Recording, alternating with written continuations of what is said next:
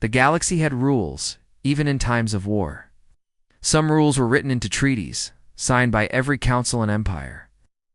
Others were older, unspoken, respected out of fear or out of shame. The oldest and strongest rule was clear: you do not fire. On a hospital ship, hospital ships carried no weapons. They carried no soldiers. They carried only the wounded, the sick, the children, and the civilians who had already paid the price of war. Their hulls were painted white. Their frames carried glowing Red Cross symbols visible across the void of space. To attack one was not simply a crime, it was an act that invited destruction, no matter who you were. For thousands of years, across countless battles, this rule had held. Even the most ruthless pirate, even the cruelest warlord, had looked at the Red Cross and turned their guns away. It was not mercy, it was not compassion, it was survival. To break the rule meant to stand against every civilization, every army, every council, because if hospital ships were no longer safe, then no one would be. And yet one day, that silence was broken. The hospital ship Mercy Dawn drifted quietly through the outer sectors, engines glowing a soft blue, carrying nearly 2,000 souls. Most of them were civilians rescued from a colony that had fallen to alien raiders. The ship's medical bays were full of wounded men, women, and children. The corridors echoed with soft voices, the hiss of medical tools, the rhythm of machines. Keeping fragile lives alive, nurses whispered to children who cried for their parents. Doctors moved quickly from bed to bed, trying to heal what could be healed and trying to comfort what could not. No one on board believed they were in danger. They were safe because of what the ship was. Mercy Dawn was not a warship, but it was a promise. A ship protected by the oldest rule. But in the dark of space, not all promises are kept. The first warning came as a faint ripple across the ship's scanners, a shadow moving against the stars. The crew thought it was nothing, maybe a patrol, maybe a lost trader, maybe just dust confusing the systems. But then more shadows appeared. 5, 10, 20, all moving fast. The captain of Mercy Dawn, an older man with tired eyes, stepped onto the bridge. His voice was calm, but his hands were cold. "Open the beacon," he said. At once the red crosses on the hull began to glow brighter. Transmissions echoed into the void, repeating in every language known to the galaxy.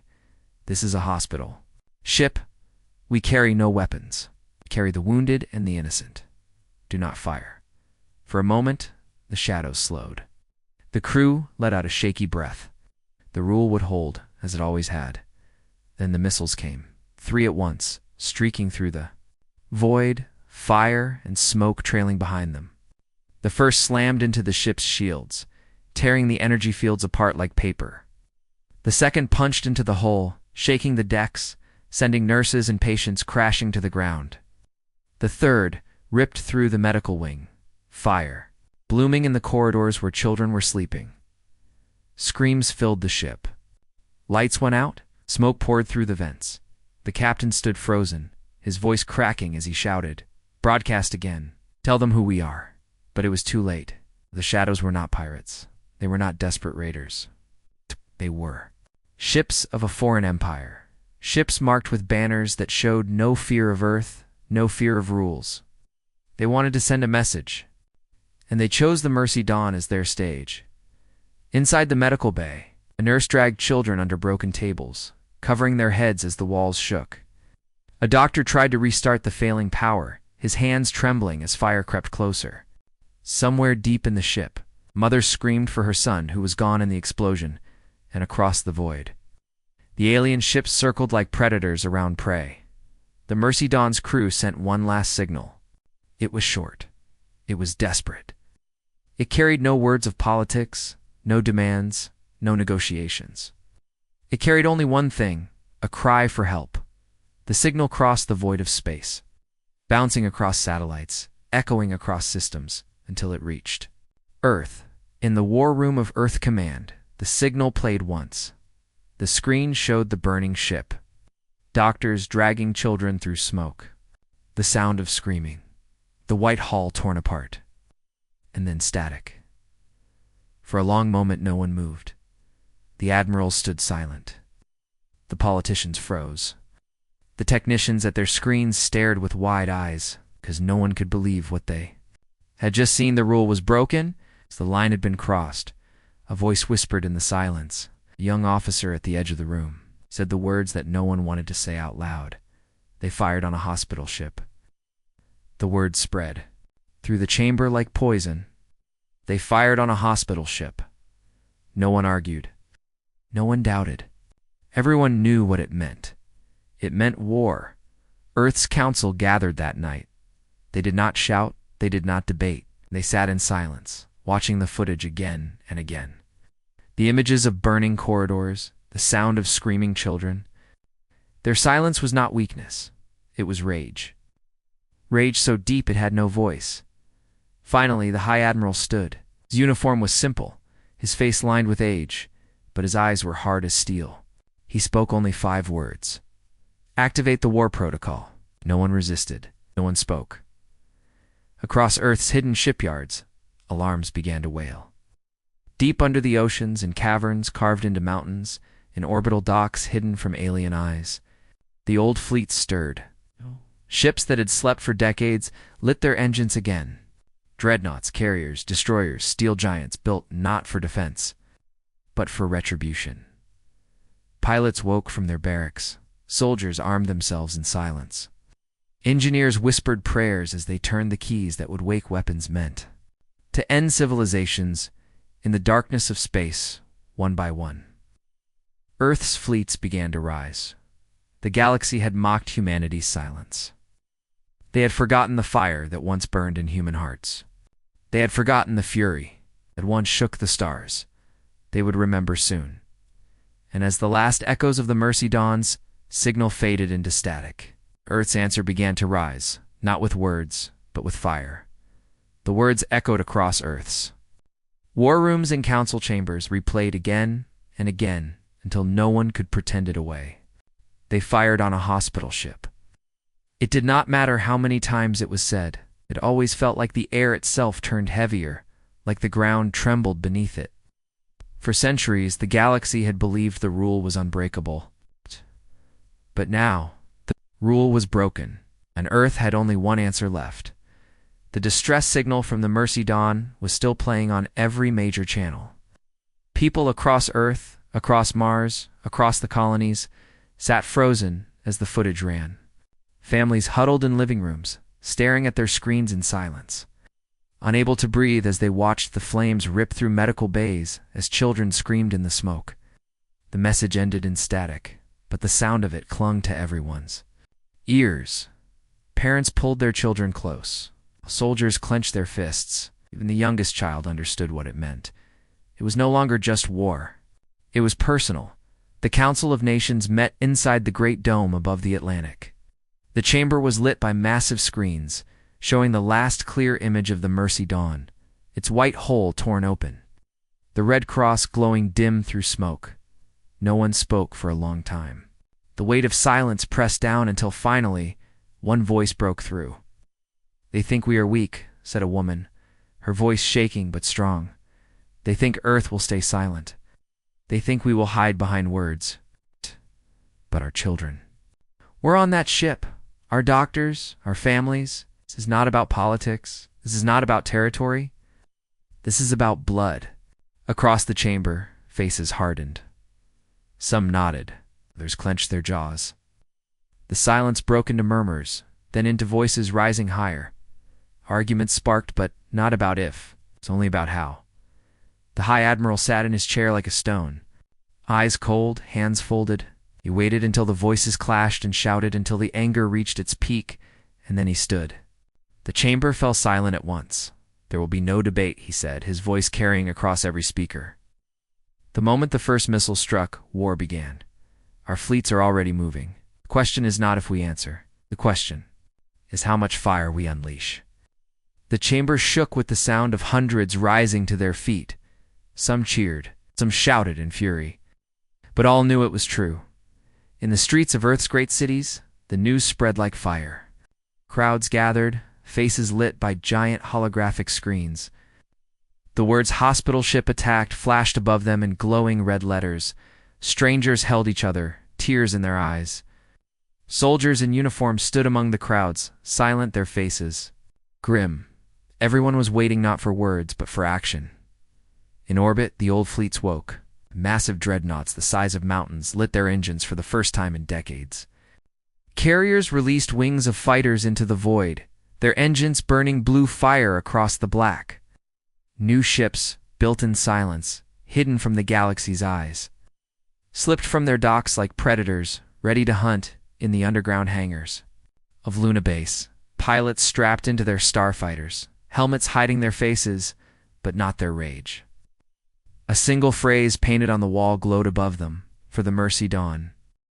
The alien empire that had fired the missiles held its council as well. In their great crystal chambers, leaders laughed at the human broadcasts. "They are emotional," one alien general sneered. "They bark, but they will not bite." "Fleets are scattered. Their colonies are small, cannot stand against us." Laughter filled the chamber. They spoke of humans as though they were insects, fragile and foolish. They broadcasted victory speeches, telling the galaxy that Earth was weak, that their empire could break any rule without consequence. But not all of them laughed. In the shadows of the council, older voices whispered warnings. They remembered Earth's ancient wars. They remembered how human fleets had once burned across the stars, unstoppable, merciless. They warned that no one should break the hospital ship rule. But their warnings were drowned beneath arrogance, and so the alien empire celebrated. Even as the storm gathered, back on Earth, the storm was ready. The High Admiral stood aboard the command dreadnought Invictus, a ship that had not flown for 50 years. The ship was older than many of the soldiers who now prepared within it, but its steel heart was strong, its weapons unmatched. Around it, hundreds of ships formed into formations, lines of fire ready to burn across the galaxy. In the war room, officers waited in silence for his command, spoke slowly, each word heavy as iron. They thought the Red Cross would not protect our children. They thought our silence meant fear. But today, silence ends. Today, humanity speaks again. Not with words, with fire. A signal was sent. Across the fleet, lights turned from blue to red. Weapons unlocked. Engines roared. On every ship, soldiers whispered the same words, over and over. A chant rising like thunder: "Mercy Dawn, Mercy, Dawn, Mercy, Dawn," and across the galaxy. As alien sensors picked up the first wave of human ships moving out of orbit, a cold realization spread. The humans were coming. Not with one ship, not with 10, but with fleets so vast they blocked out the stars. They did not come to negotiate. They did not come to warn. They came for retribution. On the alien frontier, deep space scanners screamed warnings as the first human dreadnoughts entered the sector. Their engines lit the void like suns. Their weapons glowed with fire not seen in centuries. And on Earth, the High Admiral gave his final command, his voice cold and steady: "Begin the march." The fleet surged forward, and the galaxy held its breath. The galaxy was watching. Every major world, every council, every colony had seen the burning images of the Mercy Dawn.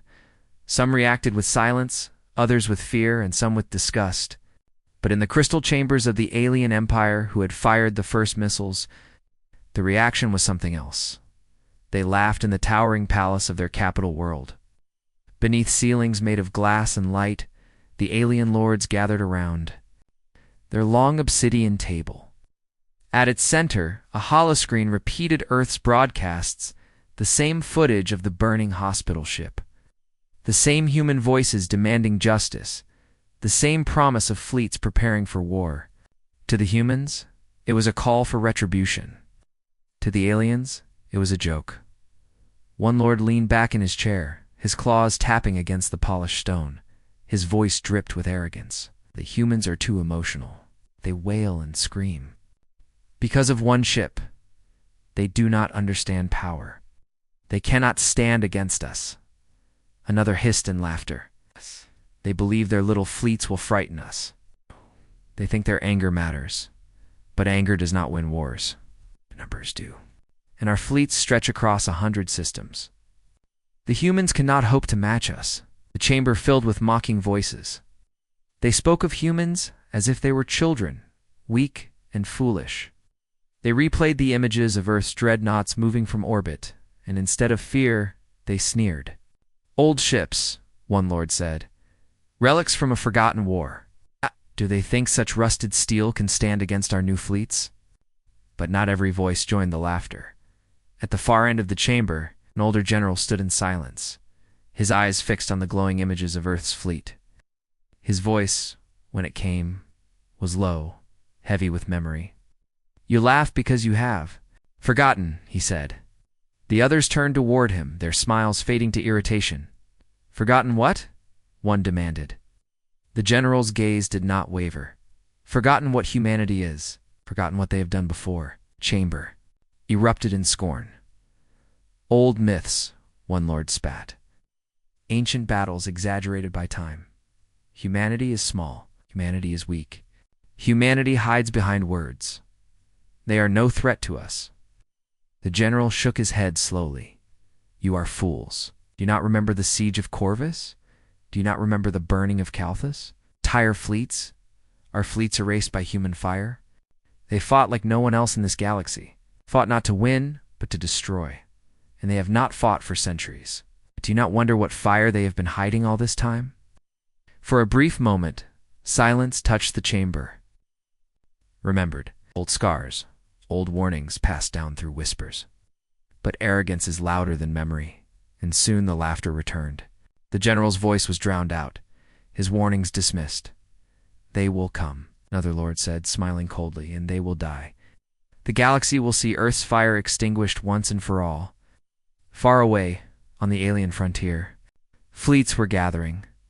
Dozens of warships lined up in perfect formation, their commanders confident, their weapons armed. They had heard the rumors that Earth's fleet was moving. They did not care. "We will crush them at the border," an alien admiral declared. His voice carrying across comes to every ship. "We will turn their anger into ashes. Let the galaxy see their weakness." And so, the Empire prepared. Built new weapons, they sharpened their blades. They mocked Earth's silence and Earth's threats, believing the humans would march to their deaths. But in the darkness of space, alien scanners began to scream warnings. At first, they thought it was an error, a malfunction in their systems. The readings were impossible. They showed not one fleet, not 10, but hundreds of human ships moving as one. Dreadnoughts, carriers, destroyers, battlecruisers, engines blazing. Like suns, their formations so vast, they blotted out entire starfields. The alien commanders stared at their screens, their confidence cracking for the first time. "This cannot be right," one whispered. This is too many." But it was real. Humanity had been silent, yes. Silent for generations. Silent while the galaxy mocked them, while empires grew fat and arrogant. But their silence had not been weakness. It had been waiting. Now, the silence was broken. On Earth's flagship Invictus, the High Admiral stood at the command deck. Round him, officers moved quickly, their faces calm but their eyes burning with rage. The human fleet stretched before them, engines glowing, weapons armed. The Admiral spoke quietly, but every word cut through the silence. "They mock us. They think we are weak. Let them laugh. Soon their laughter will burn with their ships." His words carried across every channel, reaching every pilot, every soldier, every ship in the fleet. And as one, humanity answered, not with cheers, not with words, but with silence. A silence that promised fire. On the alien frontier, the first human fleet appeared. The void lit up with the glow of 100 engines. The scanners confirmed. The humans, had arrived. The alien admirals shouted orders, scrambling their forces, but deep in their hearts, unease began to grow. Because for the first time, they saw it with their own eyes. This was not a few old ships. This was not a bluff. This was not weakness. This was fury, and the galaxy would soon learn what it meant. The alien frontier was silent at first. The stars glowed quietly. The patrol fleets floated in formation, and the commanders believed they were ready. They believed their numbers were enough. They believed their weapons would crush the humans before the first shot even landed. Then the void lit up. At first, it was only a faint glow, a shimmer at the edge of the sensors. Then it grew brighter, spreading like dawn across the black. Engines. Hundreds of them. Thousands. The stars themselves seemed to vanish, swallowed by the shapes of warships so vast they blotted out constellations. The human fleet had arrived.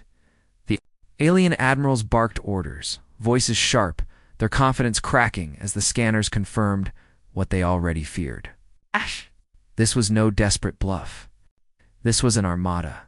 At the center of it all, the flagship Invictus led the way, its massive hull glowing with blue fire, its guns awakening like ancient beasts. Round it, dreadnoughts spread their wings of steel, carriers released swarms of fighters, and destroyers moved into formation with cold precision. It was not a fleet, it was a storm. On the alien side, the admiral raised his hand and shouted, "Open fire!" Lamayo streaked across the void. Energy beams lit the darkness with blinding light. The first wave of alien weapons slammed into the human shields, shaking the dreadnoughts, rattling their steel frames. Explosions bloomed, fire tearing across the stars. The alien crews roared in victory, believing they had struck a mortal blow. But then the smoke cleared. The human fleet still stood. Shields held, hulls endured, engines roared louder. And then the humans answered. The first salvo came from the Invictus. A single beam of white fire, focused and merciless, cut through the void like the hand of a god. It struck the lead alien cruiser and split it in half in one heartbeat. There was no explosion. The ship was simply there one moment and gone the next, melted into glowing fragments that scattered into the void. The alien crews froze.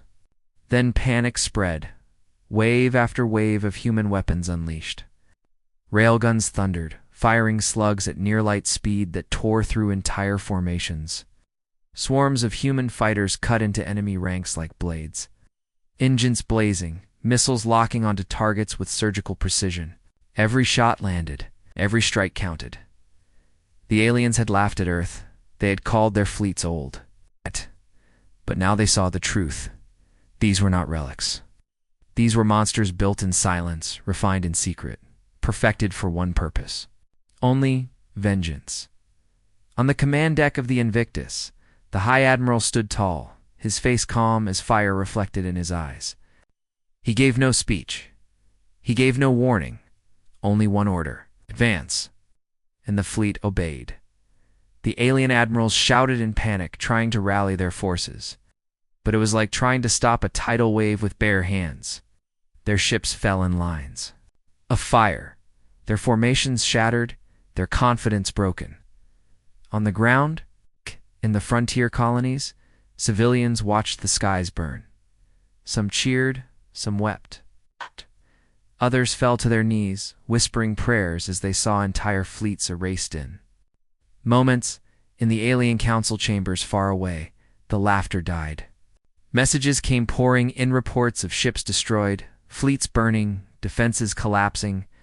The lords stared in silence at the screens, their claws trembling. The old general who had warned them stood again, his eyes cold. "I told you," he whispered. "You have forgotten what humanity is. And now you will remember." The battle raged for hours, but the outcome was clear in minutes. Every alien fleet sent to the frontier was gone, reduced to debris and ash. Human warships moved through the wreckage without slowing, engines burning brighter, weapons still hungry. The galaxy had seen many wars, but never like this. This was not conquest. This was not strategy. This was fury, pure and merciless. And when the last alien ship fell silent, and the battlefield was nothing but fire and wreckage, Earth sent one message across every channel. In every language, to every world, it was only 6 words. Touch our civilians again and burn. The message echoed across the stars, replayed again and again. And everywhere it was heard, silence followed, as the wreckage of alien fleets floated. In the void, scanners on the Invictus lit up with a new signal. Another alien fleet was coming, not small, not weak, but the Empire's true armada. Armed with their deadliest weapons, the High Admiral watched the readings, his jaw set, his voice steady. "Good," he said. "Let them come." The screen went dark, and the galaxy held its breath. The frontier burned. Alien fleets were gone, reduced to drifting metal and silent wreckage. Human warships moved through the remains like shadows, engines glowing against the fires of dead vessels. The battle had ended, but its echoes spread across the galaxy faster than light. Every world, every empire, every colony received the same image. It was replayed on screens in markets, in homes, in palaces. In military halls, a human dreadnought tearing through alien cruisers like paper. Human fighters streaking through void fire, alien fleets collapsing in minutes. And with those images came Earth's single message, cold and merciless: touch our civilians again and burn. The words carried more weight than entire speeches, more power than fleets of diplomats. The galaxy listened, and for the first time in centuries, the galaxy trembled. On a trade station orbiting the planet Ruthless, merchants stopped their work to watch the broadcasts. They saw the hospital ship burning, then the vengeance that followed. Some whispered in fear, others crossed their arms in silence, but none doubted what they saw. One merchant turned to another and said, voice low, "If they can do this too, the Empire's fleets, what could they do to us?" On a mining colony at the edge of the stars, children huddled around a projector showing Earth's battle. Their eyes were wide, not with fear, but with awe. They asked their parents and hushed. Voices, "Are the humans gods?" Their parents had no answer, and in the halls of power, where rulers once mocked humanity, the laughter was gone. In the alien empire's council chambers, chaos had replaced arrogance. Reports poured in, each worse than the last. Fleets gone, colonies cut off, outposts erased. Generals shouted, lords panicked, and the truth became impossible to deny. Humanity was not weak. Humanity was not afraid. Humanity was fire. One lord slammed his claws against the table, voice breaking with rage. They dare strike our fleets." Another lord answered, but his voice trembled. "They did more than strike. They annihilated. Entire formations. Gone in minutes. They are not fighting to win. They're fighting to destroy." And in the corner of the chamber, the old general who had warned them before stood silent. His eyes were cold as stone. He had no joy, no pride, only the grim knowledge that his words had been true. Humanity had returned, and the galaxy would never be the same. On neutral worlds, rulers argued in whispers. Some wanted to ally with Earth, to beg forgiveness, to show loyalty before the fire turned toward them. Others wanted to distance themselves, to swear neutrality, to pretend they had never mocked humanity at all. And some, the most foolish, whispered of joining the Empire's resistance, of standing together to crush Earth before it grew stronger. But those whispers were quiet, because no one could deny what the galaxy had just witnessed. In the refugee camps of alien worlds, where news spread faster than hope, the people cheered. They had no fleets, no armies, no power, but they had seen Earth stand where no one else would. They had seen humans avenge the innocent, and in their hearts, a dangerous idea took root. Maybe humanity was the shield the galaxy had always needed. Children played in the dirt, pretending to be human soldiers, shouting, "Mercy Dawn, Mercy Dawn." As they chased each other, parents watched in silence, torn between fear and relief, but not everyone celebrated. Far from the frontier, in the secret shipyards of the alien empire, preparations began for the counterstrike. Weapons older than stars, hidden deep in vaults, were being armed again. Scientists whispered of superweapons, of cannons that could split moons, of bombs that could erase entire systems. If Earth had fire, the Empire would answer with storms. And when word of this reached Earth, there was no hesitation. Spies brought the warning, and the High Admiral read the reports in silence. He did not frown. He did not show fear. He only turned to his officers and said, "Then we will burn their storms before they form." The fleets began to move again. The black void between stars, an alien scout ship floated silently, recording the human fleet as it advanced. Its crew whispered nervously, watching the dreadnoughts move like predators through the dark. Suddenly, alarms screamed. One of the human ships turned, its weapons locking onto the scout. The last transmission the scout managed to send was a single phrase before it was erased. By fire, they're not stopping. And across the galaxy, fear spread like wildfire. The galaxy trembled, but the Empire did not bow. Fear spread across neutral worlds. Whispers of Earth's fury echoed in every council. Still, the alien lords refused to kneel. In their deepest chambers, carved from black stone beneath their capital world, the Empire gathered to plan their answer. They had lost fleets? Yes. They had lost ships? Yes. But their pride was not broken. Instead, it hardened into something. Darker vengeance. On a distant moon, hidden from every map, the Empire's secret weapons stirred. A cavern larger than mountains opened slowly, its walls shaking as locks disengaged one by one. Inside, a cannon the size of a city rose from the shadows, its barrel glowing faintly with unstable energy.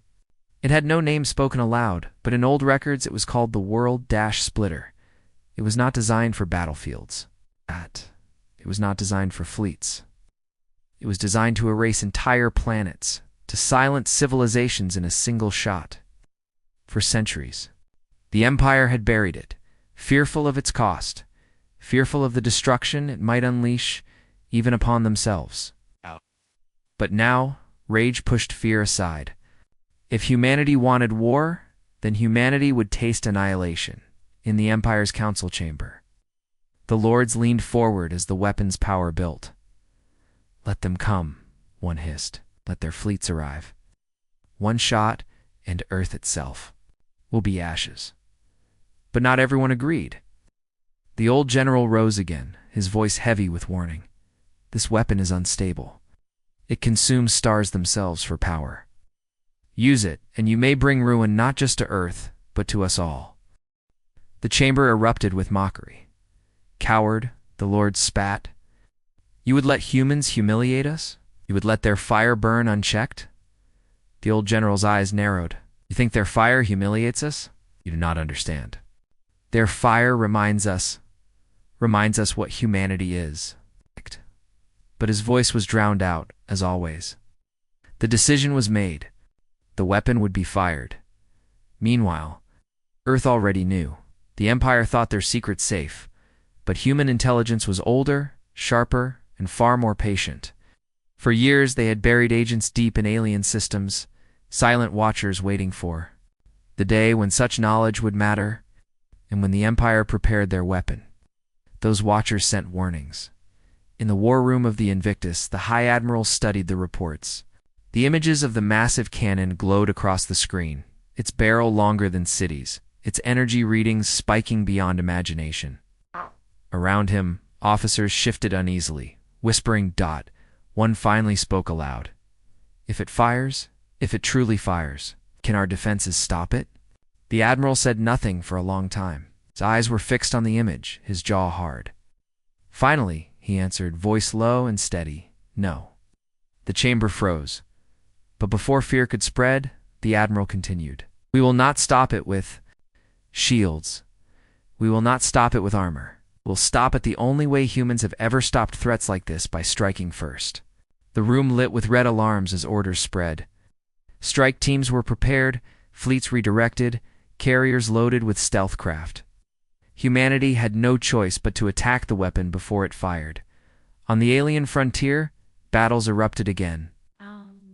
Empire threw smaller fleets into the path of Earth's advance, hoping to delay, hoping to buy time for their great weapon to charge.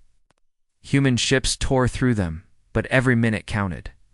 Every delay brought the world splitter closer to readiness and asteroid belts. Fighters clashed like swarms of fireflies, their trails burning across the black. In nebula clouds, dreadnoughts fired beams that split the storms, lightning crackling around them as wreckage fell into the void. Human marines boarded alien cruisers, cutting through defenders with cold precision, leaving silence behind. But still, the Empire's fleets held just long enough. Just long enough for the weapon to begin its final cycle. Inside the cavern of the hidden moon, the world splitter's core roared alive. Energy built in waves, tearing cracks through stone, sending quakes across the surface. The sky above split with lightning as its power reached the edge of control. Alien scientists watched their instruments in awe and terror. Another hour, one whispered. In another hour, it will be ready to fire. Was already locked. Earth dot on the Invictus. Alarms blared. The latest scans showed the weapon's energy spike. The officers stared at the readings in horror. If the cannon fired, Earth would vanish. The High Admiral's face remained still, his voice calm. We have one chance. Strike now, or watch our home burn. His order rang through every channel, reaching every fleet, every soldier. Engines roared to life, weapons armed. Humanity's fury surged forward once more toward the moon where the world splitter waited. The void darkened. The storm gathered. The countdown to annihilation had begun. The hidden moon shook with power. Deep inside its cavern heart, the Empire's greatest weapon roared to life, its core pulling energy from nearby stars, its barrel glowing brighter with every passing second. The world splitter had been spoken of only in whispers, a weapon so terrible that even the Empire itself had feared to use it. But now, rage had silenced fear. Its target was locked. Earth itself. Alien scientists watched with trembling hands as the power readings climbed higher and higher. Some looked at their screens with awe, others with dread, but none dared to stop it. In less than 1 hour, one whispered, the weapon will fire. Above the moon, fleets of alien warships formed a wall of steel, determined to protect the weapon until it unleashed its shot. They did not care how many ships burned. They did not care how many lives were lost. All that mattered was holding the line until the weapon was ready. Far away, the human fleet surged forward. The void lit up with thousands of engines, there, glow turning night into fire. On the flagship Invictus, the High Admiral stood in silence, his eyes fixed on the hologram of the weapon. Around him, officers spoke in tense voices, reporting energy spikes, reporting enemy fleets, reporting the countdown to annihilation. One officer asked the question on everyone's mind, Admiral, if we fail? The Admiral did not blink, did not look away. His voice was steady, hard as steel. If we fail, there will be no Earth to return to, so we do not fail. His words carried across every ship, reaching every soldier, every pilot, every Marine. And in answer, silence filled the channels, not silence of fear, but silence of resolve. Humanity would not fail. The order was given. Attack. At the first clash shook the void. Alien fleets opened fire. Missiles and beams screaming across the darkness. Explosions blooming like suns. Human shields flared. Human armor shuddered. But the fleet pressed forward without hesitation. Dreadnoughts unleashed. Their cannons, beams of white fire slicing enemy cruisers apart in single blows. Carriers released swarms of fighters. Small ships darting between giants, striking weak points with deadly precision. The sky burned. The alien wall tried to hold. But every second brought more wreckage, more shattered hulls drifting into silence. Yet still they fought, desperate to buy the weapon time. Inside the cavern below, the world splitter's glow grew brighter. The weapon's energy pulsed like a heartbeat, shaking the ground, splitting the skies above with lightning. It was almost ready. On the battlefield, human Marines boarded alien ships, storming corridors with fire in their eyes. Blades clashed, rifles roared, and silence followed in their wake. In one boarding action, a squad of Marines reached the control core of an enemy cruiser. Their commander raised his voice over the comms, breath heavy. For the mercy dawn, and with those words, they detonated charges that tore the cruiser apart. Opening a gap in the alien defenses, through that gap surged the human fleet, pushing ever closer to the moon. But time was running out. Scanners screamed warnings on the Invictus. The weapon's charge reached its final cycle. The officers stared at the readings, faces pale. Admiral, one said, it's almost ready to fire. Minutes, maybe less. The High Admiral's face hardened. "Then we strike now." He turned to his communications officer. "Send the Marines." From the carriers, drop pods rained like meteors, streaking through fire and smoke, cutting through the atmosphere of the hidden moon. They slammed into the ground around the cavern, doors bursting open as human soldiers charged forward. Explosions shook the surface as alien defenders poured fire upon them. The battle on the ground was chaos. Marines fought through trenches of burning rock, their rifles blazing, their blades cutting down defenders in brutal silence. Alien artillery roared, but humans pushed forward, step by step. Through blood and smoke, inside the cavern, teams of Marines stormed through steel corridors, fighting their way toward the weapons core. Every corner was a trap. Killing ground. But they did not stop. They could not stop. The weapon's glow filled the cavern, blinding, shaking, alive with fury. At its heart, the core pulsed with energy enough to erase a planet. Alien engineers screamed warnings, shouting that the charge was at maximum. "Fire now," the alien commanders demanded. "Fire before the humans destroy it." Order could be completed. The first squad of Marines burst into the chamber. Smoke clung to their armor, blood stained their blades, but their eyes were cold and steady. The alien guards roared and charged. The chamber exploded in fire. Bullets, beams, blades, chaos filled the air. Marines fell, aliens fell, but the humans pushed forward, closer to the core, closer to the weapon that could end their world. On the Invictus, the High Admiral stood unmoving, his voice steady as reports came in of losses, of victories, of the Marines' progress. One officer cried out. "They've reached the core. They're inside." The Admiral only nodded. "Then we hold the skies. No alien ship escapes. No alien ship interferes." The fleet obeyed. Dreadnoughts roared, fighters swarmed, missiles rained, and the sky itself seemed to crack apart with fire. Inside the cavern, the Marines reached the core. The glow burned their armor, the heat seared their skin, but they pressed forward.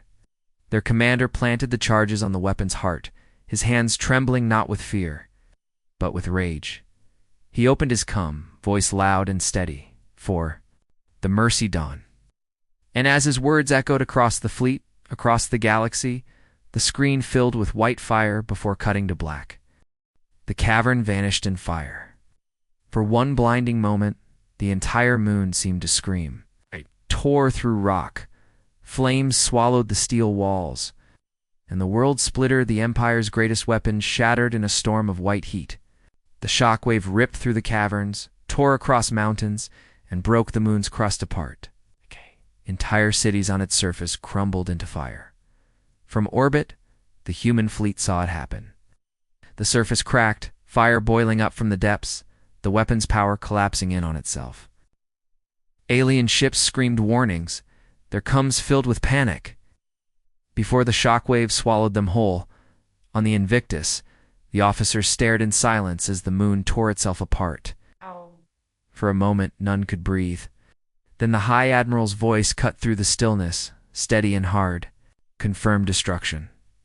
A quiet voice answered, trembling. "Confirmed. The weapon is gone. The world splitter is destroyed." A wave of relief rolled through the command deck, but it was not victory's joy. It was grim survival. They had stopped the weapon, but the war was not over. Across the galaxy, the news spread like lightning. The Empire's superweapon had failed. Its fleets had been torn apart. Its hidden moon was burning. And it was humanity who had done it. On neutral worlds, fear deepened. Leaders watched the footage of the moon's destruction and whispered to one another in dread, "If humans can destroy that, what else can they do?" On colonies, ordinary people spoke with trembling voices. Some praised the humans as saviors. Others feared them as monsters. But all agreed on one truth. Humanity had risen, and no one could stop them now. Inside the Empire itself, chaos reigned. The lords of the council shouted, demanded explanations, demanded victories, but none came. Generals avoided their eyes. Fleets lay in ruins. Worlds had fallen silent. And in every shadow of their empire, whispers grew louder. The humans are coming. The human fleet pressed forward. They did not slow. They did not pause. Through wreckage and fire, they advanced until the alien capital itself stood in their sights. Thousands of ships filled the skies above it, engines glowing like suns, weapons locked and ready. On the surface, billions of aliens looked up at the sky and froze. For the first time in their lives, they knew what it felt like to be prey. In the grand chamber of the Empire's council, the lords trembled as human dreadnoughts blocked out their world's stars. Some tried to flee, some tried to call for negotiations. But then the screens lit up, and Earth's message filled every hall, every home, every mind. On the flagship Invictus, the High Admiral stood before the coms. His face was carved from stone, his voice slow, steady, merciless. "This is Earth. You fired on a hospital ship. You killed our civilians. You thought we would stay silent. You thought wrong." His voice grew colder, cutting through the galaxy like a blade. "We are not here to conquer. We are not here to rule. We are here to make one truth clear. If you ever touch our civilians again, your stars will die screaming." Silence followed. Not one ship dared to move. Not one world dared to answer. In the alien capital, the council broke. Lords who once laughed at humanity bowed their heads, trembling. Their fleets were gone, their weapon destroyed, their pride crushed. For the first time they understood what Earth was. Not weak, not silent, but fire. Fire that could not be controlled. And so, with voices shaking, they surrendered. But Earth did not celebrate. On every human ship, the soldiers stood in silence. They remembered the Mercy Dawn. They remembered the screams of children, the burning of halls marked with red crosses. Their victory was not triumph, Iltimast. It was justice, heavy and grim. The High Admiral gave one last order. Transmit the message to every world, to every empire. Let them hear it. Let them never forget. And the message echoed across the galaxy, carried on every channel, repeated until it became a truth carved into memory. Do not attack a human hospital ship, ever again. In the years that followed, no alien empire dared break the rule again. Wherever hospital ships drifted through space, their red crosses glowing in the dark, no weapon dared to target them. Not because of treaties, not because of honor, but because of fear and in whispers across the stars. Aliens repeated the words that had ended an empire, the words that had silenced the galaxy. Do not test Earth's fury. Not again.